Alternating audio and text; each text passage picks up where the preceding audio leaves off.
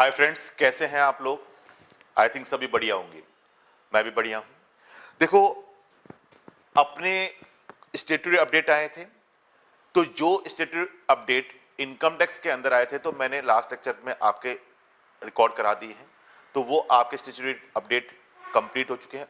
अब आज अपन यहां पर बात कर रहे हैं जीएसटी के जो स्टेट्यूटरी अपडेट आए हैं, उनको यहां पर आज अपन डिस्कस करने जा रहे हैं। अच्छे छोटे छोटे स्टेट्यूटरी अपडेट हैं, बहुत सिंपल हैं। इनको आज अपन क्लास के अंदर डिस्कस करने जा रहे हैं और इंटरेस्टिंग है, सारे के सारे इंटरेस्टिंग है, मेन चीज है। तो इन स्टेट्यूटरी अपडेट का इफेक्ट क्या पड़ेगा आपके आंसर पे, वो भी अपन डिस्कस करेंगे, बात करेंगे किस तरह से गवर्नमेंट ने आपके अपडेट दिए गए। मैंने कहा जीएसटी के तो आपके स्टेट्यूटरी अपडेट की भरमार होती है, तो ये भी यहाँ पर एक तरह से भरमार है। छोटे छोटे जीएसटी की काउंसिल की बैठक बैठती है और उसके अंदर ये अपडेट आपके आ जाते हैं। तो अपने आज अपन बात कर रहे हैं पेपर नंबर 3 और उसके part B goods and service tax, उसके स्टेटस अपडेट जो मे 24 एग्जामिनेशन के लिए जो एप्लीकेबल है, उनकी आज अपन यहां पर स्टडी करेंगे। तो जैसे स्टूडेंट मैंने आपको बता रखा है कि यहां पर फाइनेंस एक्ट 2023 एप्लीकेबल होगा। तो फाइनेंस एक्ट 2023 एप्लीकेबल होगा, लेकिन इसके अंदर यहां पर जो भी आपके सीजीएसटी एक्ट या फिर आईजीएसटी एक्ट 2017 और आईजीएसटी एक्ट 2017 में ये फाइनेंस एक्ट 2023 मैंने कहा आपके मे 24 एग्जामिनेशन के ऊपर फाइनेंस एक्ट 2024 रहेगा। तो उसके ऊपर ये जो आपके सिग्निफिकेंट नोटिशंस या सर्कुलर इशू हुए हैं,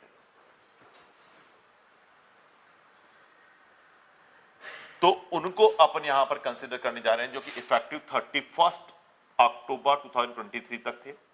वो आपके एप्लीकेबल हो रहे हैं स्टूडेंट मे 24 एग्जामिनेशन के लिए, यानी जो अप टू 31 अक्टूबर 2023 तक आए हैं, वो आपके ऊपर एप्लीकेबल होंगे मे 2024 एग्जामिनेशन के लिए। तो अपने सबसे पहले तो अपन बात करते हैं चैप्टर 1 में, तो कोई स्टेट्यूटरी अपडेट है नहीं। जो स्टेट्यूटरी अपडेट आया है supply under GST, supply under GST. तो सप्लाई चैप्टर मैंने कहा अपने आप में काफी इंपॉर्टेंट है, सप्लाई की डेफिनेशन भी काफी इंपॉर्टेंट है। तो इसके अंदर इन्होंने स्टेट्यूटरी अपडेट दी। देखो यहां पर अपन ने देखा था कि मैंने आपको गुड्स की डेफिनेशन पढ़ाई थी as per section 2 subsection 52 of CGST act के अंदर अपन देखा था। गुड्स का मीन क्या था? Every kind of the movable property, every kind of the movable property, but exclude money and security. लेकिन आगे चलते तो इंक्लूड कर लेता था एक्शनेबल क्लेम, एक्शनेबल क्लेम। उसी को यहां पर उन्होंने क्लैरिफाई करते हुए कवर किया। तो यहां पर उन्होंने कहा गया कुछ आपके सप्लाई जो पहले कवर नहीं थी, अब उन्होंने जीएसटी के अंदर कवर की गई।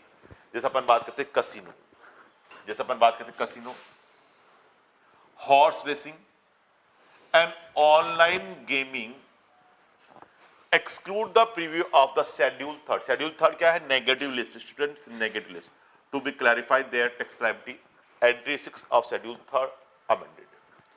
तो ये आपके इस केस में बताता है। तो पहले ये क्या है, जीएसटी के दायरे में नहीं आते थे, वो कहता है कि ये आपके नेगेटिव लिस्ट में है, लेकिन अब उन्होंने इनको शेड्यूल थर्ड से बाहर कर दिया, एक्सक्लूड, इनको क्या किया इसने? एक्सक्लूडेड, बाहर किए हैं। Preview of the schedule third, और शेड्यूल थर्ड से बाहर करते हुए इन्होंने अब इन पे जीएसटी लगाने की बात कर दी। तो ये एक्शनेबल क्लेम यदि गुड्स की डेफिनेशंस की अपन बात करते हैं, तो यहां पर उसके साथ कवर करते हुए आज उन्होंने सप्लाई में कवर कर दिया। एक्शनेबल क्लेम आपको पता है कि क्या होता है? गुड्स होता है।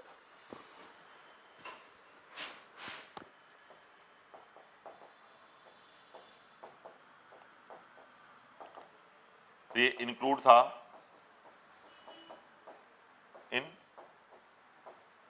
गुड्स, तो उसी को बेस लेते हुए उन्होंने यहां पर अब इसको सप्लाई में कवर कर लिया। अब सप्लाई में कर लिया, जो नेगेटिव लिस्ट में था उससे बाहर किए और इनको इंक्लूड कर लिए गए स्टूडेंट सप्लाई की डेफिनेशंस में। तो ये देखो आपके काफी अच्छा इंपॉर्टेंट आया है, यानी सप्लाई की डेफिनेशन जो आपके है उसको कवर करते हुए 1 अक्टूबर 2023 with effect from 1 October 2023 entry 6 has been amended by the CGST Amendment Act 2023 के साथ बात करें, 2023 के साथ मैं बात कर रहा हूं। Earlier entry 6 provided as follow, actionable claim क्या होता था, other than betting, gambling and lottery, ये था। लेकिन amended entry number 6 provide as follow, actionable claim other than specified actionable claim. The specified actionable claim qualifying as a supply, उसको supply मान लिया, qualifying as a supply। तो specified actionable claim किसमें आ गए, qualifying as a supply।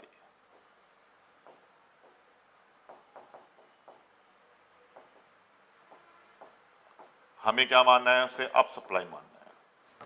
All other actionable claim are outside the एडमिट of the definition of the supply.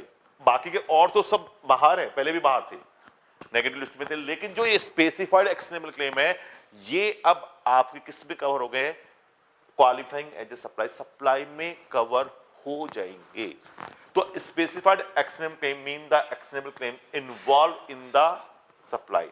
तो ये specified actionable claim है, और ये स्पेसिफाइड एक्शनेबल क्लेम होने से ये स्पेसिफाइड एक्शनेबल क्लेम, आपको जो मैं लिख रहा हूं वो देखना है, ध्यान रखना है।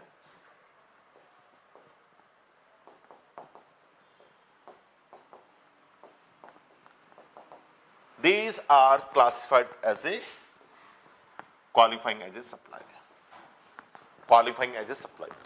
बैटिंग आप जानते हो, कसिनो, जैसे गोवा वगैरह में जाते हो तो आपके कसिनो होता है तो उसमें आप पैसे लगाते हो, तो वो कसिनो की मैं बात कर रहा हूं।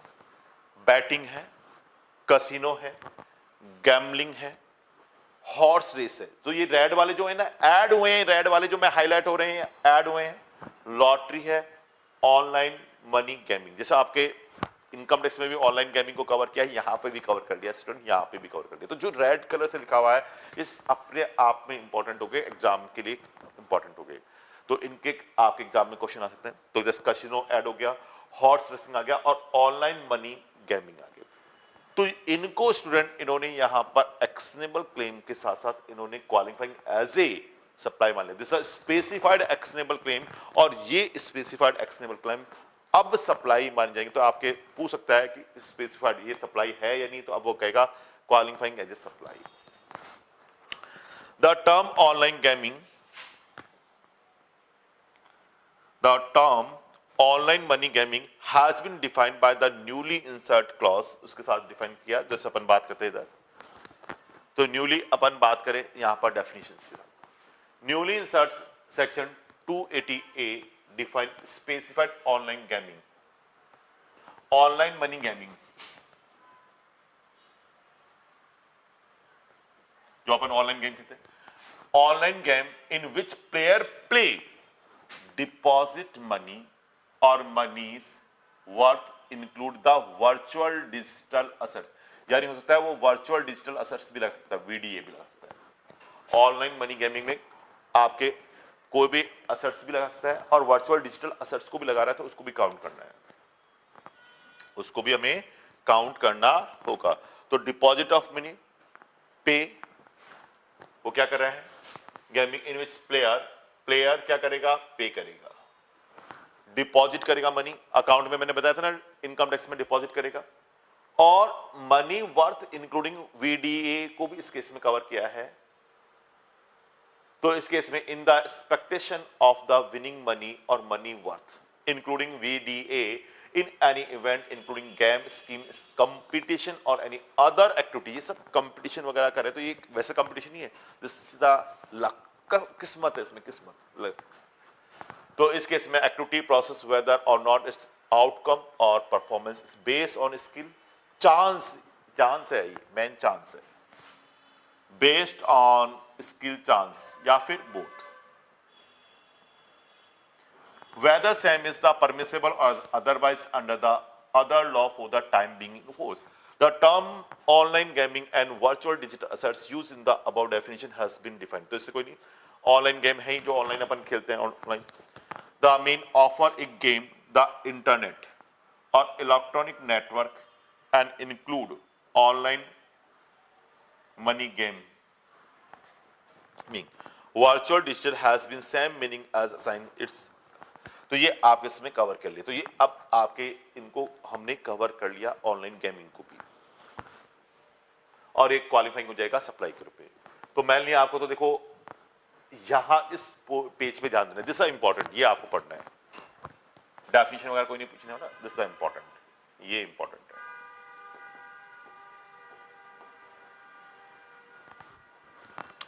ये इंपॉर्टेंट है, केवल इसी पे आपको फोकस करना है। ये डेफिनेशन वगैरह दे रखी हैं, आप एक बार गो थ्रू हो लेना, बाकी इंपॉर्टेंट नहीं है, इन्होंने डिफाइन किया है, इंपॉर्टेंट नहीं है।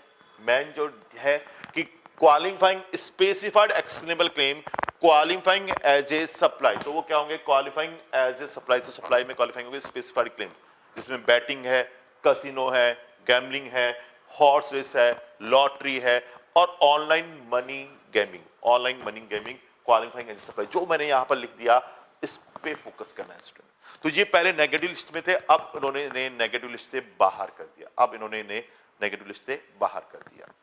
अगला अपन बात करते हैं, नेक्स्ट अपन बात करने जा रहे हैं, next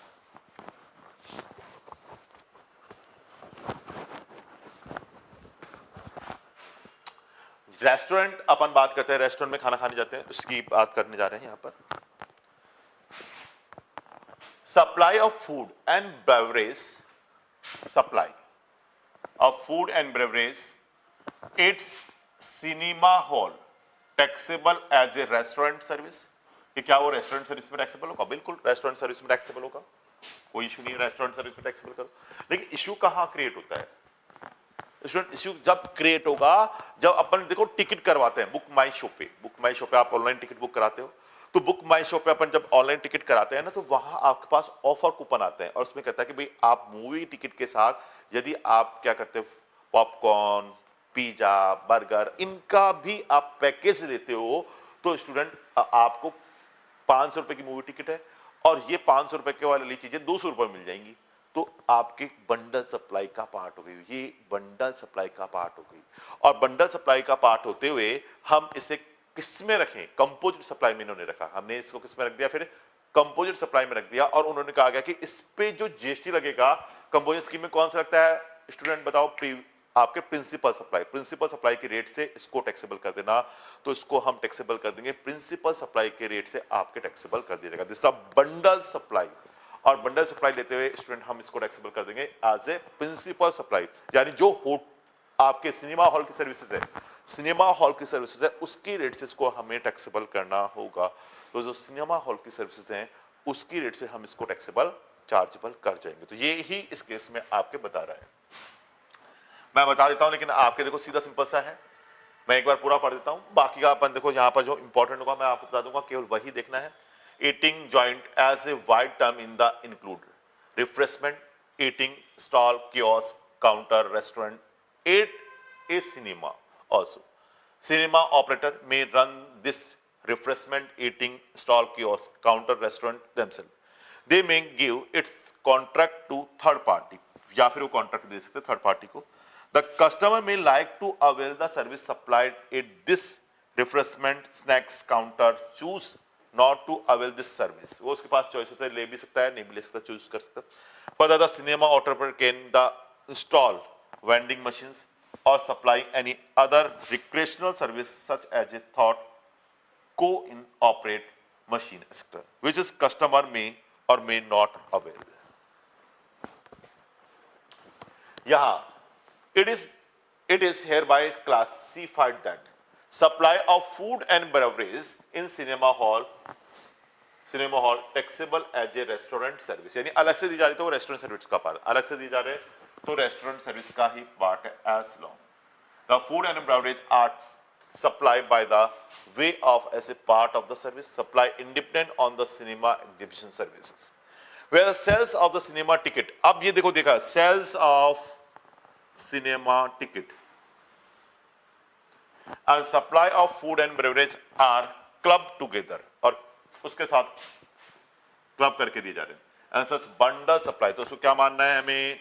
bundle supply satisfy the test of the composite supply, and entire supply will be attract GST, और उसमें GST attract होगा, rate applicable the service of the exhibition of the cinema hall, the principal supply, और cinema hall की इसको principal supply मानना है, cinema hall की supply को आपके प्रिंसिपल सप्लाई के रूप में मानते हुए उस पूरे अमाउंट पर टैक्स लगा जाना है इस पे। तो मैं आपको देखो सिंपल सा वर्ड में लिख देता हूं आपके जो एग्जाम के लिए आपके रहे।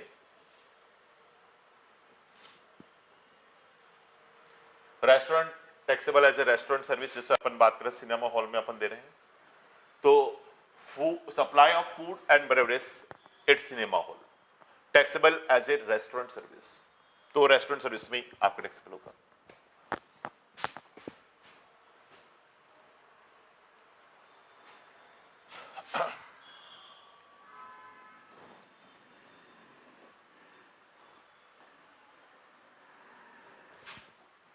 हम बात करें food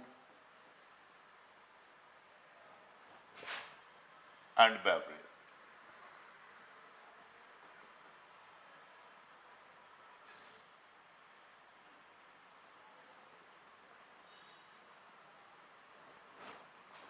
supply of food and beverage in cinema hall,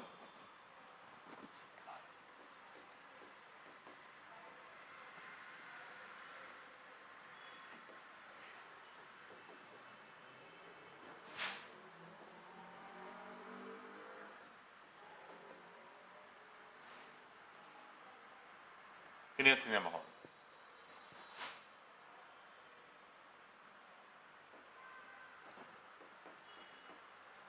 taxable होगा।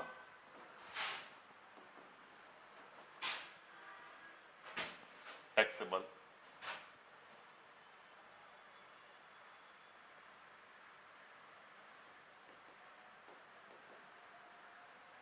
as restaurant service,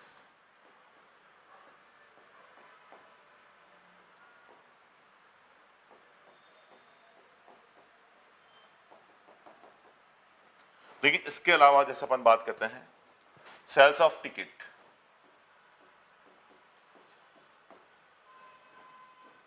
cinema ticket,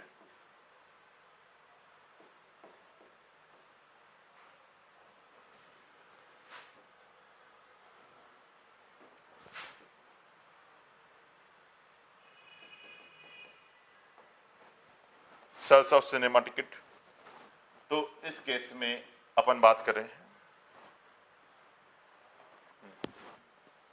जैसा बंडल सप्लाई,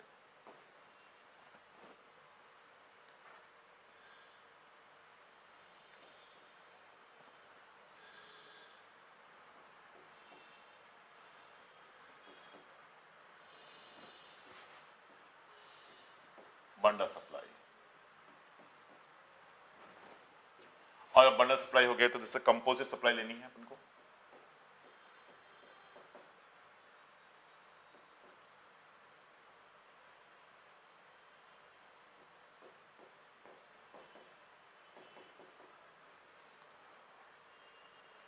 और entire supply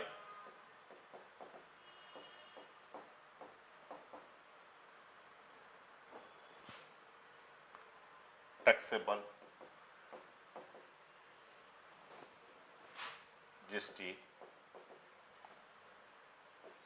at the rate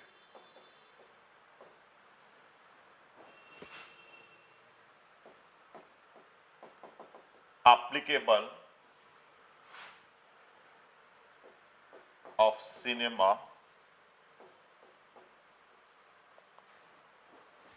जो कि प्रिंसिपल सप्लाई होगी, कि प्रिंसिपल सप्लाई आपके रहेगी, उसके ऊपर आपके टैक्स लायबिलिटी रहेगी। तो प्रिंसिपल सप्लाई वाली रेट इस पे कंसीडर कर जाना है।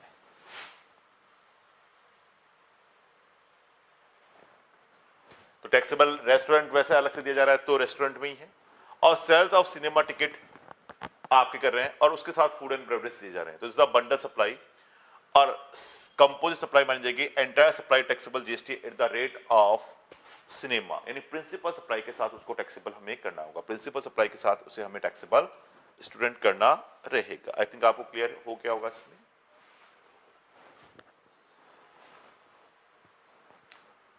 एक ये छोटा सा और स्टेटस अपडेट अपन बात करते हैं, clarification on tax liability of sales held in subsidiary company held in a subsidiary by the holding company। जैसा आपने देखा हो होल्डिंग कंपनी सब्सिडरी कंपनी के शेयर्स को होल्ड करती है, तो क्या इसको सप्लाई माने? नहीं, इसको सप्लाई माने ना। तो ये गुड्स है शेयर्स आपके, ना तो डेफिनेशन गुड्स में आते हैं ना ही सर्विस में आते। It is clarified that securities are considered neither as goods nor as a service in the term of the definition of goods under section 2 subsection 52 and the definition of the service under section 200 to 101 and 2 the further security including shares as per the definition of the securities। तो shares उसी में security में covered है। therefore the activity of holding of shares of a subsidiary company by the holding company per se cannot be treated as a supply of the service। तो वो supply treat नहीं, cannot be treated as supply of the service, cannot be treated supply of the service, तो उसको supply consider नहीं करना है।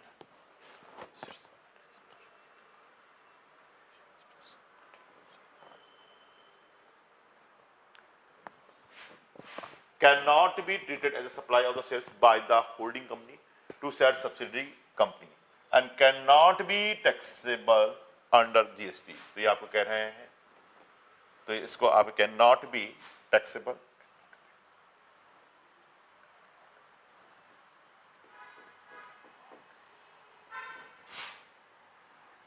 be taxed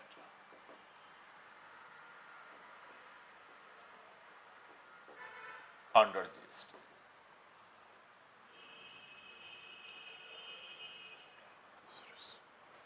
तो ना तो ये गुड्स में है ना ही सर्विसेज में, जैसे अपन बात करते हैं दोनों से बाहर से include in the definition of the service.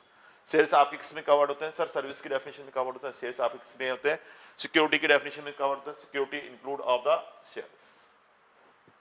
तो ना तो ये गुड्स है ना ही सर्विसेज है, और इनकी सप्लाई को कंसीडर नहीं करना है और ये टैक्सेबल नहीं होंगे अंडर द जीएसटी। ये आपके इन्होंने क्लैरिफिकेशन इसका दे दिया, तो ये आपके इन्होंने क्लैरिफिकेशन दे दिया कि आपकी जीएसटी में टैक्सेबिलिटी नहीं आएगी। क्लियर है स्टूडेंट्स? ओके, फिर आगे चलते हैं अपन। Charge of GST, this the very interesting terms. मैंने आपको बताया डायरेक्टर यदि आपके कंपनी को सर्विस देता है तो दो तरह से डायरेक्टर सर्विस दे सकता है।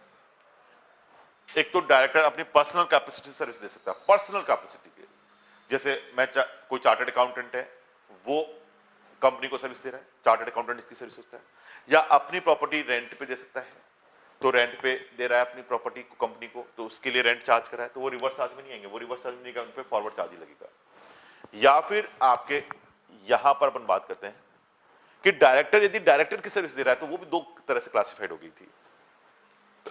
याद करो मैंने आपको बताया था 192 में है तो जीएसटी लगेगा नहीं, और 194 में टीडीएस डिडक्ट हो रहा है, तो फिर वो आपके रिवर्स चार्ज में जीएसटी के अंदर टैक्सेबल होगा। तो वही चीजें आपके हैं, तो मैं देखो आपको बनाता हूं, थोड़ा सा समझ में आ जाएगा। डायरेक्टर सर्विसेज, तो इसके लिए पहले देखो मैं आपको पढ़ाता हूं, उसके बाद अपन देखते हैं। Tax on service supplied by director of a company in his personal capacity, अपन बात करते हैं tax on service supplied by the director of a company in his personal capacity. Personal capacity दे रहा है such as a renting of immovable property, जैसे to the company body corporate not payable under the RCM, तो उस पर RCM नहीं लगेगा, तो नॉट पेबल आरसीएम, तो उस पर फॉरवर्ड चार्ज मैकेनिज्म नहीं लगेगा। तो कैसे अपन बात करते हैं, मैं आपको बताता हूं students.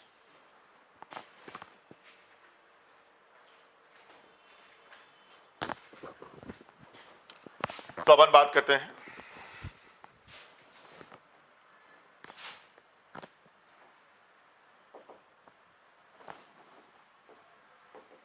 Service supplied by director.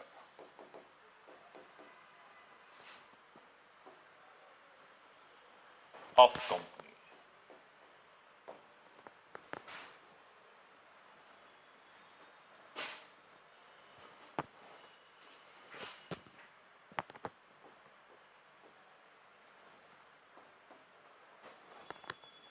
एक तो डायरेक्टर की सर्विस होती है जो अपन पढ़ चुके हैं।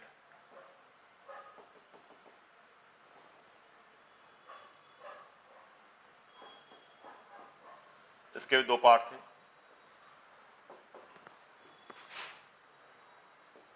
टीडीएस डिडक्ट है 192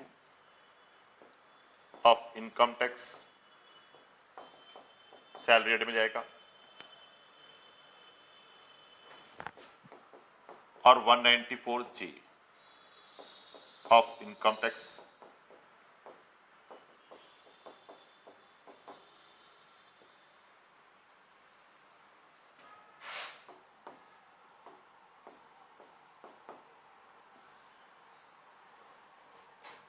तो ये तो नेगेटिव लिस्ट में टीडी जीएसटी में जाएगा नहीं।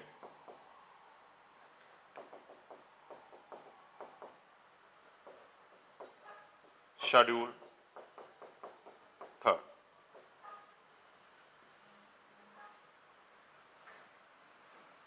लेकिन ये आपके टैक्सेबल होगा,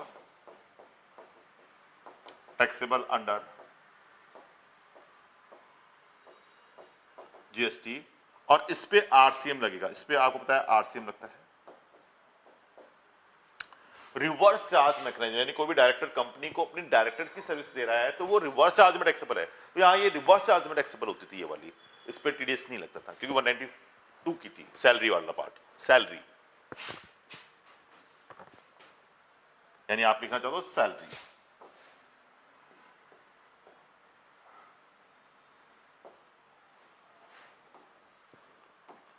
नहीं, अब इसकी बात करते हैं कोई पर्सनल कैपेसिटी से दे रहा है।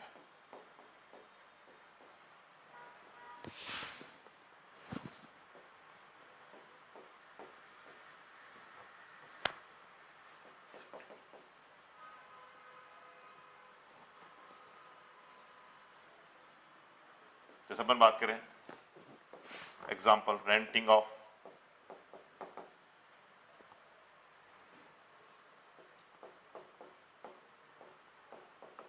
इमूवेबल प्रॉपर्टी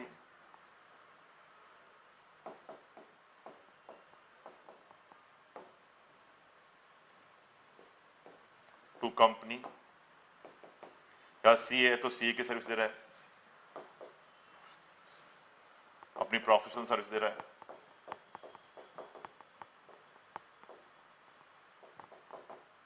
जैसे सीए की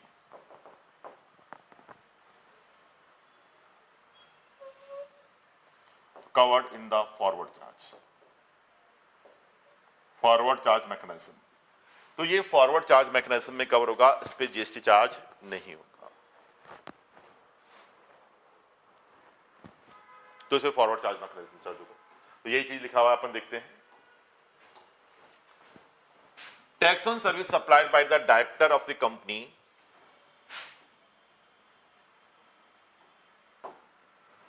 body corporate to said company to body corporate is payable the company body corporate under the reverse charge mechanism, RC में जाती है। तो वो सप्लाई किस में जाएगी? आरसी में जाएगी।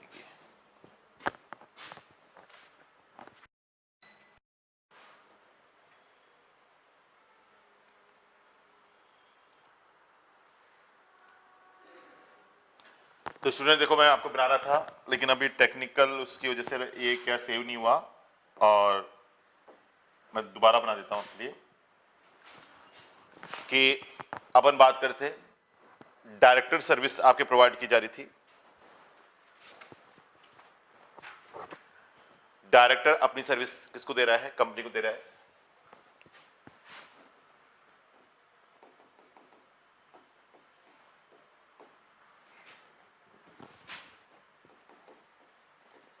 बाय डायरेक्टर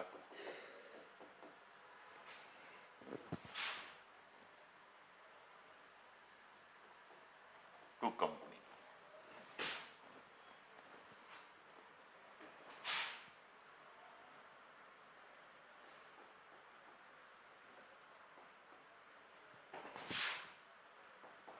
ये तो डायरेक्टर सर्विस की बात करें अपन।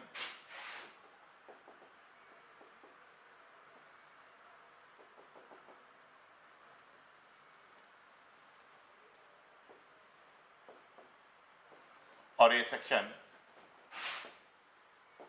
192 ऑफ इनकम टैक्स एक्ट 1961 के साथ दे रहा है। टीडीएस जो डिडक्ट होता था ना आपके, तो ये सैलरी में जाएगा, एम्प्लॉयर एंड एम्प्लॉय रिलेशनशिप में।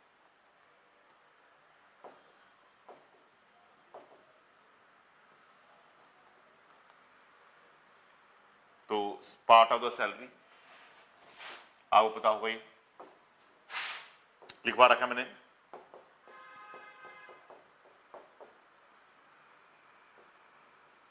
और चला जाएगा नेगेटिव लिस्ट, शेड्यूल 3।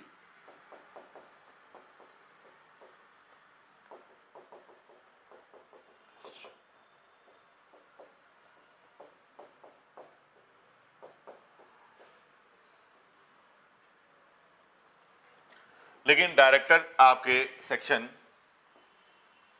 194 में दे रहा है।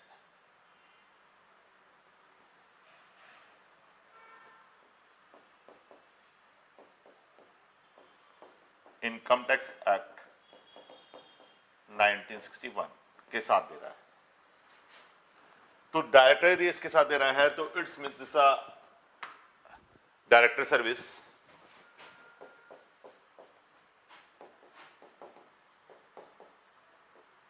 सिटिंग फीस है, प्रोफेशनल सर्विस है,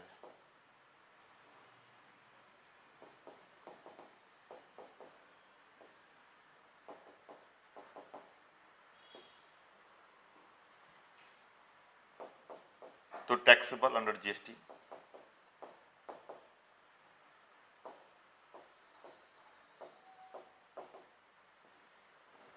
और आरसी में टैक्सेबल होगी, आरसी में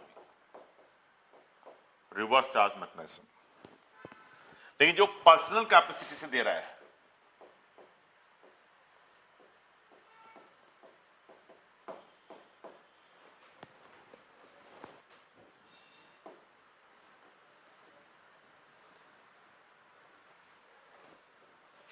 सब an एग्जांपल लेते हैं। Renting of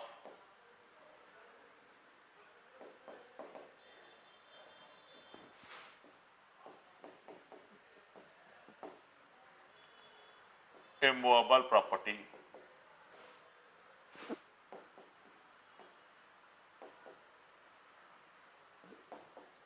to company. So this is the personal capacity.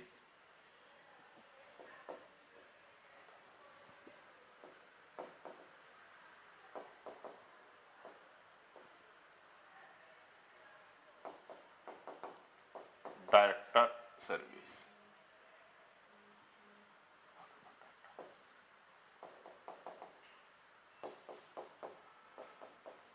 Taxable under GST.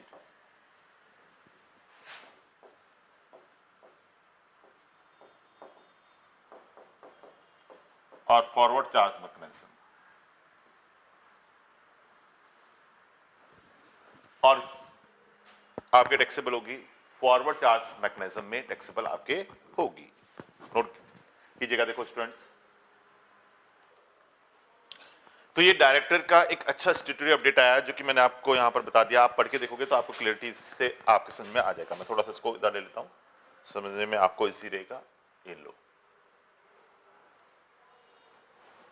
जो क्रक्स था मैंने पूरा का पूरा बना दिया आपके। Tax on service supplied by a director, director of a company, कैसे? इन हिज पर्सनल कैपेसिटी, जैसे renting of immovable property to the company, not payable under RCM, यानी फॉरवर्ड चार्ज मैकेनिज्म। सिंपल, तो आरसीएम उस पर नहीं लगेगा। तो जो पर्सनल कैपेसिटी से है, हेयर बार क्लेरिफाइड, तो ये इंपॉर्टेंट है। जो नया अपडेट है,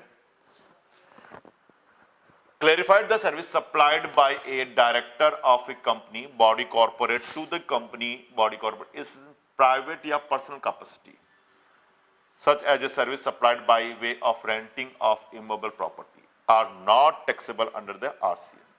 तो वो RCM में taxable नहीं होगी. तो अपन ऑलरेडी डिस्कस कर चुके हैं, ये वाला पार्ट है आपके RCM में taxable होगा.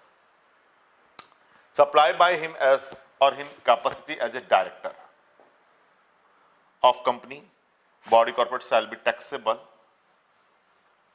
under RCM, shall be taxable under RCM in the hand of the company. Company को डायरेक्टरशिप पे रिवर्स चार्ज में टैक्स पे करने की रिक्वायरमेंट रहेगी. अब आते देखो एक इंपॉर्टेंट क्लॉज पे अपन और आते हैं इसमें. ये आपके बता रहा है, जैसे मैं आपको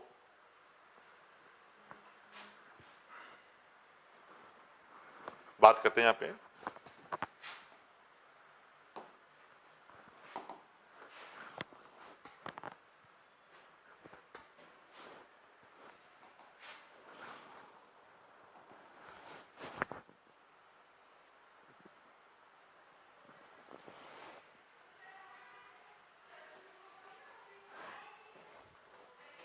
ये जो आपके आरसीएम की लिस्ट है उसमें कुछ अपडेट दिए गए. Amendment in list notified service on which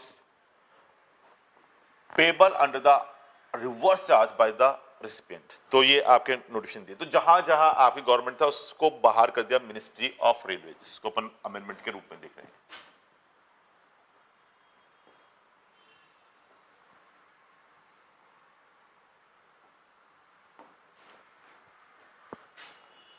Amendment in the list of notified service on which tax payable under the RCM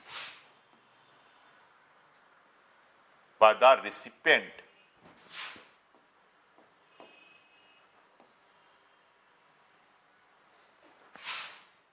तो थोड़ा सा मैं बता देता हूं. यहां जहां पर गवर्नमेंट का वर्ड था उसमें से इन्होंने किसको हटा दिया, यहां पर रेलवे, मिनिस्ट्री ऑफ रेलवे.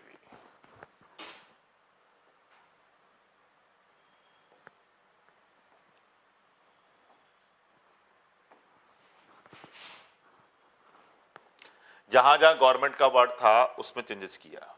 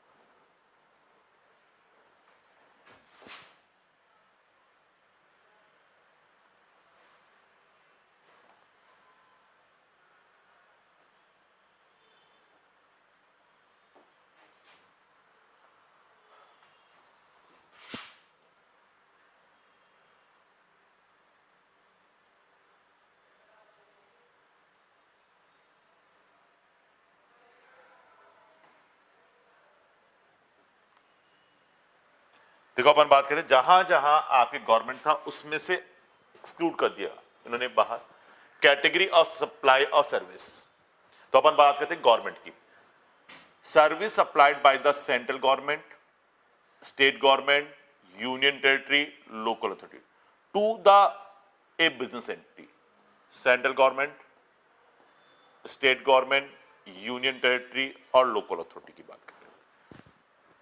लेकिन इसमें exclude, entry excluding, renting of immovable property अलग से है, आपको पता है. Service specified service by the department of post, forward charge लगता था इस पे. एंड मिनिस्ट्री यानी रेलवे को भी कर लिया कवर फॉरवर्ड चार्ज में. अब जैसे इसको अपन क्लैरिफाई करते हैं. एंड मिनिस्ट्री ऑफ रेलवे यानी पोस्ट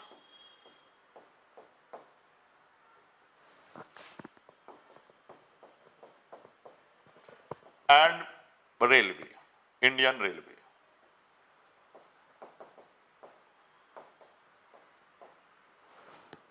जब बात करते हैं अपन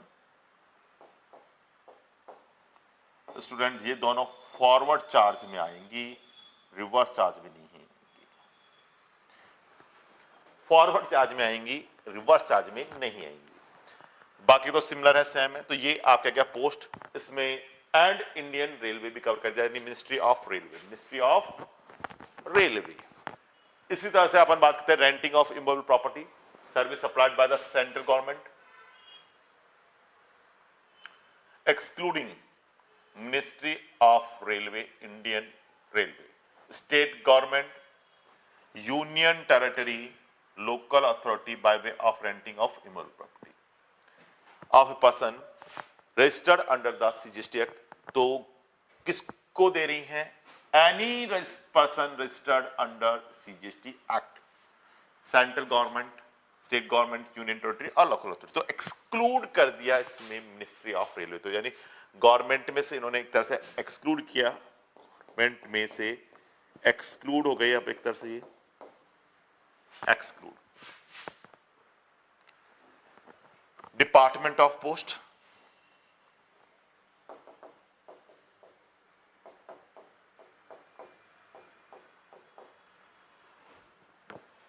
एंड मिनिस्ट्री ऑफ रेलवे,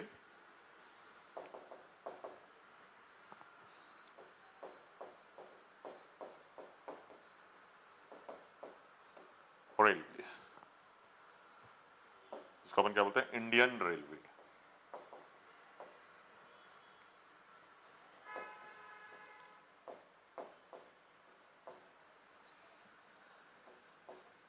इन पे क्या रहेगा? फॉरवर्ड चार्ज मैकेनिज्म, एफ आपके फॉरवर्ड चार्ज में रख दी गई, यानी ये फॉरवर्ड चार्ज में रख दी गई। और मैंने इसका आपको पूरा का पूरा समराइज बना दिया, क्योंकि ये आपके क्या है, यहां पर भी काम आएगा एज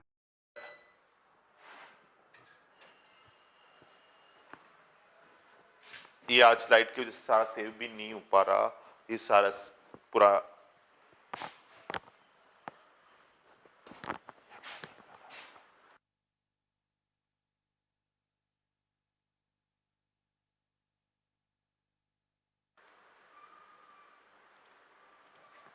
तो स्टूडेंट देखो, अपने मैंने चार्ज ऑफ जीएसटी के साथ साथ एग्जेम्पशंस को भी कोरिलेटेड कर दिया, जिससे कि आपको ध्यान में रहे। एग्जेम्पशंस को भी कोरिलेट करते हुए मैंने उसका पूरा का पूरा डायग्रामेटिक व्यू बना दिया। सर्विस बाय प्रोवाइडेड बाय, जैसे अपन बात करें service provided by the government, local authority और यूनियन टेरिटरी, पूरा इसका समरी दे दिया आपको। Service provided by the government, local authority और यूनियन टेरिटरी। तो service provide by the postal department, ये सर्विस तो एग्जम्प्ट है। पोस्ट कार्ड है, इनलैंड आपके लेटर है, बुक पोस्ट है, ऑर्डिनरी पोस्ट है, एनवेलप है, less than weight 10 grams, less than weight 10 grams. तो ये आपके एग्जम्प्ट है। अदर सर्विस उसकी टैक्सेबल होंगी, अदर सर्विस टैक्सेबल होंगी। तो अदर सर्विस अपन बात करते हैं टैक्सेबल है। मिनिस्ट्री ऑफ रेलवे जैसे अपन बात करते हैं टैक्सेबल होगी, अब फॉरवर्ड चार्ज में होगी, फॉरवर्ड चार्ज में टैक्सेबल होगी सब्जेक्ट टू एग्जम्पशंस के साथ। Service in relation to aircraft और वेसल, जैसे गवर्नमेंट आपके सर्विस दे रही है वेसल और एयरक्राफ्ट को, फॉरवर्ड चार्ज में टैक्सेबल होगी। ट्रांसपोर्टेशन ऑफ गुड्स और पैसेंजर, ये भी आपके फॉरवर्ड चार्ज में आपका टैक्सेबल होगी। Taxable forward charge mechanism subject to entry number 15 और 21B।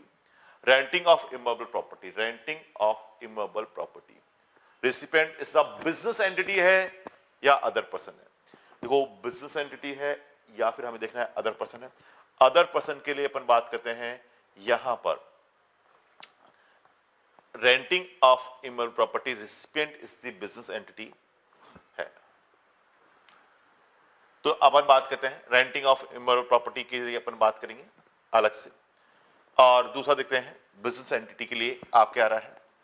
तो यहां पर आपके यस एग्जम्प्ट एंट्री नंबर 9 के अंदर, और ग्रॉस अमाउंट 5000 से क्या है, 5000 से कम है तो एग्जम्प्ट है, और 5000 से ज्यादा है तो whether recipient is registered person है तो टैक्सेबल होगा आरसी में, और रेसिपिएंट यदि रजिस्टर्ड पर्सन नहीं है और 5000 से ज्यादा है तो टैक्सेबल होगा स्टूडेंट फॉरवर्ड चार्ज में। तो फॉरवर्ड चार्ज में आपका टैक्सेबिलिटी रहेगी, फिर फॉरवर्ड चार्ज में इसकी टैक्सेबिलिटी आएगी।